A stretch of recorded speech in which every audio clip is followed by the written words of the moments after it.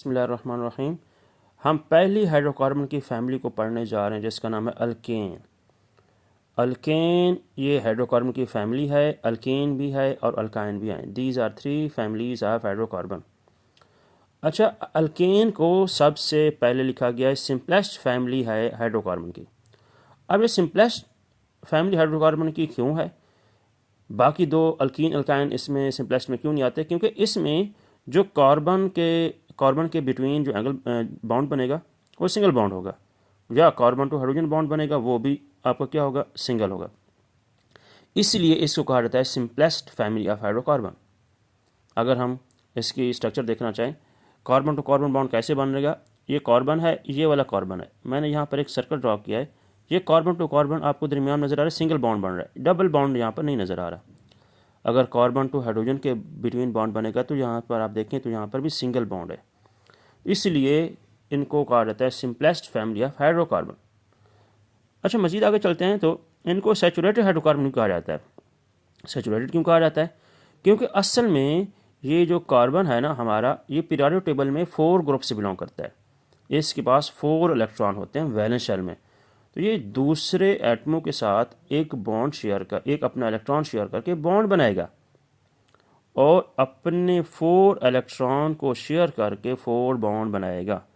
तो इसके जो all four valencies of carbon are utilise, यानी कि इसके पास जो 4 इलेक्ट्रॉन होते हैं वो पूरे इस्तेमाल हो जाते हैं 4 इलेक्ट्रॉन बॉन्ड बनाने में। इसलिए इसकी पूरी जो वैलेंसी है, 4 वैलेंसी है, वो पूरी यूटिलाइज हो जाती है, इस्तेमाल हो जाती है, कोई भी इलेक्ट्रॉन रहता नहीं है। 4 इलेक्ट्रॉन होते हैं तो बॉन्ड बनाने में पूरा हिस्सा डालते हैं, जिसकी वजह से इसकी पूरी वैलेंसी यूटिलाइज हो जाती है, इस्तेमाल हो जाती है। इसलिए इसको कहा जाता है saturated hydrocarbon, because all 4 valencies of carbon are utilise. तो यहाँ पर एक इस तरह से ड्रॉ की गई है ये बॉक्स, जिसके अंदर दिखाया गया है this is the simplest formula of methane. ये सिंपलेस्ट मेंबर है अल्केन का, मीथेन जिसे कहते हैं। इसमें कार्बन एक सेंटर में होता है और एक हाइड्रोजन राइट पे, इधर एक नीचे हाइड्रोजन है, लेफ्ट पे एक टॉप पे है। तो अगर आप देखें कार्बन हाइड्रोजन के दरमियान एक बॉन्ड बना रहा है, दूसरा कार्बन इस हाइड्रोजन के साथ, फिर कार्बन इस हाइड्रोजन के साथ, फिर कार्बन इस हाइड्रोजन के साथ। इसमें कार्बन अपने 4 इलेक्ट्रॉन को शेयर करके 4 बॉन्ड बना रहा है। दैट मीन्स इसकी जो वैलेंसीज है वो पूरी इस्तेमाल हो रही है, पूरी यूटिलाइज हो रही है। इसलिए इनको कहा जाता है सैचुरेटेड हाइड्रोकार्बन। अगर आप इथेन में आएँ, इथेन के अंदर होते हैं 2 कार्बन। इथेन के अंदर दो कार्बन होते हैं। तो हम दरमियान पर पहले कार्बन ड्रॉ करेंगे, एक कार्बन। 2 कार्बन ड्रॉ करने के बाद फिर हमने इनको देने हैं हाइड्रोजन देने हैं। पहले तो ये ऐसे होगा, ये कार्बन ये कार्बन। अब हाइड्रोजन देने हैं, इधर एक हाइड्रोजन दिया, इधर एक हाइड्रोजन दिया, इधर एक हाइड्रोजन दिया।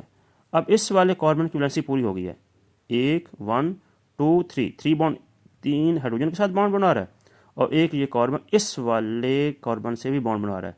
अब ये वाला कार्बन 4 बॉन्ड बना रहा है, इसलिए इसकी वैलेंसी सेटिस्फाई है, फुल्ली है।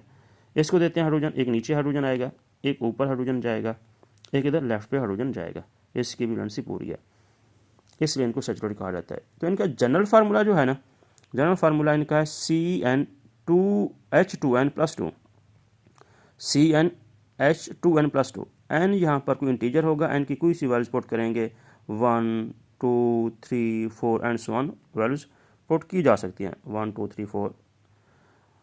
तो सबसे जो सिंपलेस्ट है वो मीथेन है, जिसका फार्मूला CH4, और ये सिंपलेस्ट होने के साथ साथ इसलिए इसको नाम दिया गया है पेरेंट हाइड्रोकार्बन का।